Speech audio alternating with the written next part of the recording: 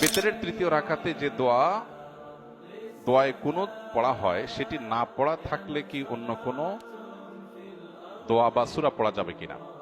বিতরের নামাজে দোয়া কুনুত পড়া ফুকাহে আহনাফের মতে ওয়াজিব, কোন কোন ফকি বা ইমামদের মতে এটি ওয়াজিব নয়।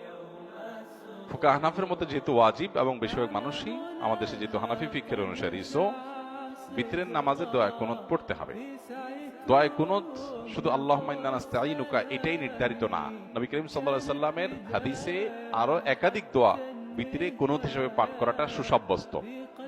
এজন্য কুনুত বা আল্লাহ তাআলার আনুগত্য এটা প্রকাশ হয় এই যেরকম মাসুর দোয়া যেগুলো আছে, যে কোনো দোয়াই আমরা বিতরে পড়তে পারি। যদি কারো সেটা জানা না থাকে, কোনো দোয়া এখানে পড়ার মতো তার মুখস্থ নাই, তাহলে সে দোয়া কুনুত শেখার আগ পর্যন্ত মুখস্থ করতে থাকবে। ওইটা মুখস্থ করে পুরোপুরি শেষ করার আগ পর্যন্ত এই সময়ের ভিতরে সে সূরা ইখলাস পড়লো, কোরআন কারীমের সূরা পড়ে সে নামাজ পড়লো, সেটাও হয়ে যাবে। কিন্তু তাকে নিয়মিতভাবে দোয়া কুনুত পড়তে হবে।